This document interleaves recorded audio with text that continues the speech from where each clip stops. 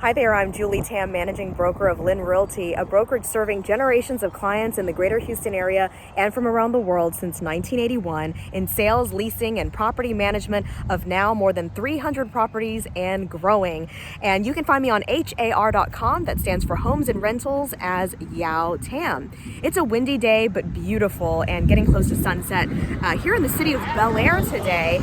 And Bel Air is its own municipality, but it's right in the heart of the city of Houston, so surrounded by Houston. And the reason I'm here today is I actually have buyer clients who are meeting with builders, and I'm meeting with those builders with my clients so that they can select a builder to build a brand new home. So that's what we're talking about today, is new construction. And this is my Smarter Real Estate video series, weekly on Wednesdays. All right, so I'm gonna start walking down the street so you can see some homes here as I point out some things and focus on three main areas of the new construction process. One of them is, where am I going to build? That's the first question. The second one is, who am I going to have build my house? And the third one is, how am I going to pay for this new house? Okay, so if we look here, this street has a lot of new construction and also some older homes that have been here for several decades. And in Bel Air, you can see how some of these homes are elevated, especially these ones that are being built right now, because it's in a flood zone. And so the homes are required to be elevated a certain amount with crawl space underneath to prevent them from flooding. All right, so let me give you a little bit of background in terms of my experience in this area so you know where I'm coming from. So I have represented a number of buyers who have bought brand new homes, whether it be an inventory home that's already ready to go, it's built speculatively, so a spec house, or having a lot in mind and then building a home on that lot that doesn't already exist. So here's an example of an older home that's here. A lot of homes like this in town are getting torn down and replaced by new construction, as we're seeing as we walk along this street. So all right, where was I? Okay, yes. And so I have represented clients that have built with small builders and also big national name builders, or builders with a statewide or citywide recognition, names like Perry Homes and Trendmark, Taylor Morrison, Darling, David Power. So lots of different types of builders. I've had experience with either showing those homes to my buyers as potential builders, or actually them going through with the building process. And each builder is different. Their style is different, their pricing, and where they're going to build. I've also represented a builder that's built a number of homes, hundreds of homes over the years, but I have helped him sell dozens and dozens of homes that are built on a lot that can either be spec or custom, semi-custom I should say, and then also let's back up. The pricing anywhere from is saying the $300,000 something range up to $3 million. So really the whole gamut. And actually my own home was built. I watched it being built by a builder. And so I've been on both sides of the transaction and also have been through the experience myself personally firsthand. So I can really guide you through the process if you are looking for a real estate broker to do so. Or if you have any questions, please don't hesitate to message me or comment on Facebook or YouTube. All right, so when we were asking those questions, there's obviously a zillion other things to think about when building a new home. It's not an easy process, and it can be quite stressful because there's every detail, especially if you want to do something custom and it's your dream home and you don't want to get anything wrong. There's a lot to think about, but today's video is really just focusing on those three main areas. Here's a home under construction as we speak. As you can see, there's a dumpster out front and a porta potty, pretty much the signature elements of new construction.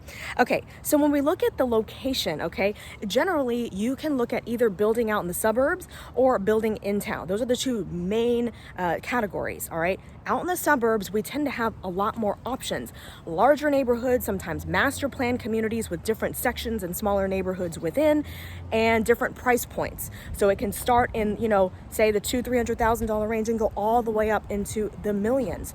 And so you have different styles, an estate section perhaps, which is where the luxury product is, and so in those areas, you tend to have a lot of different builders to choose from as well. And they'll have like a model home park, for example, where you can go and see what they're offering and choose your builder. In town, it depends on the area. Sometimes you might just have one isolated lot that a builder is building, or you can choose your own lot to buy somewhere and then choose your builder. Or it could be in a location like the Heights, where you might have a number of builders, and each builder has a couple of lots that they have and they're going to build on those. And so there's a lot of different types of scenarios. Now, when you are in an area, say like West U, where the lot sizes tend to be smaller, the homes tend to be closer together, then you have limitations in terms of how much backyard you can have, if you're going to put a detached garage versus an attached garage, how much square footage you can build. There are rules within which you have to abide, how tall the roof can be, how much square footage can be on the first floor versus the second floor, etc., etc. In Bel Air, the lots tend to be larger, but of course, each neighborhood, if it has a homeowners association, which Bel Air doesn't, but if it does, there are extra rules. And then of course, even cities, they have their own ordinances and rules that you have to abide by. So those are considerations, okay? So we talked about where I'm going to build, and next is who is going to build my house. So when you're selecting a builder, you want to look at their style and their cost. Are you wanting something very high-end, very ornate? Do you want something simpler? Are you okay with cutting costs? Or do you want something in the middle? And so those are some considerations that you have to look at.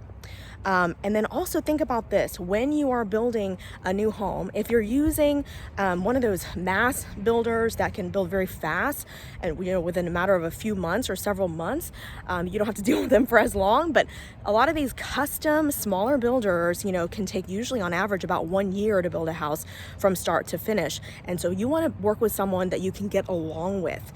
All right. And so when you're selecting those builders, interview them, ask for references, see some examples of their homes. If you can walk through a finished home in person or a home that's under construction, you can see what's going on during the process and find out how hands-on they are. Do they have superintendents or project managers?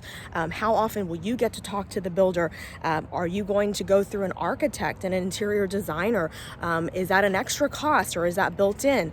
And also, some builders will have a fixed price for you and give you allowances to make selections within. And so if you go over budget, that's on you. But then there are builders that are what's called cost plus. So basically, if the costs go up for raw materials like lumber, for example, then you will have to pay that increase. And so those are kind of surprise dollar amounts that may come up later on. And, so that means the original dollar per square foot they quote you is not necessarily going to hold true, because in most cases, costs do go up over time. Okay, so those are some considerations when you're looking at who is going to build your home. All right, and then the third area I mentioned is how am I going to pay for this home? So obviously, if you can pay cash, then that's going to be the easiest thing, and I don't even need to talk to you about that because you just pay cash. Everyone else who needs to get a loan, at least at some point during the whole process, this is generally how it works, and these are your options. So you can perhaps purchase the lot with cash and just get the construction loan for the building of the home. Or you may need a loan to buy the lot itself. The lot can be an empty piece of land, or so you get a lot loan, or it could be a lot with a house on it that is sold at lot value. So in other words, it's not really worth anything, it's old, it's really for tear down. And so in that case, if you're getting a loan for an owner occupied situation, then that house has to be livable. Or otherwise it has to go through a lender required repairs in order for you to get that type of loan, and then postpone construction until sometime after you close on the purchase of that property. However, if you do a one-time close, that means you've got to have a builder in place and identify that lot. Hopefully you give that builder about 60 days from the time that you go under contract until closing, so that you can have the plans drawn up and the price and everything, so that the lender knows what exactly you need for the construction loan, so that when you get to closing, you're buying that property and also closing on that construction loan in a one-time close. And then you can start the process of demolition of that existing home and the whole building process after that. Okay, so if you have any questions about that, any comments, any feedback, or any ideas for future videos, please reach out to me, and I hope you'll continue watching Weekly Wednesdays, this Smarter Real Estate video series where I take you on my real estate adventures and also teach you practical strategies to be a smarter seller, buyer, tenant, or landlord. I will see you next week, and have a great one.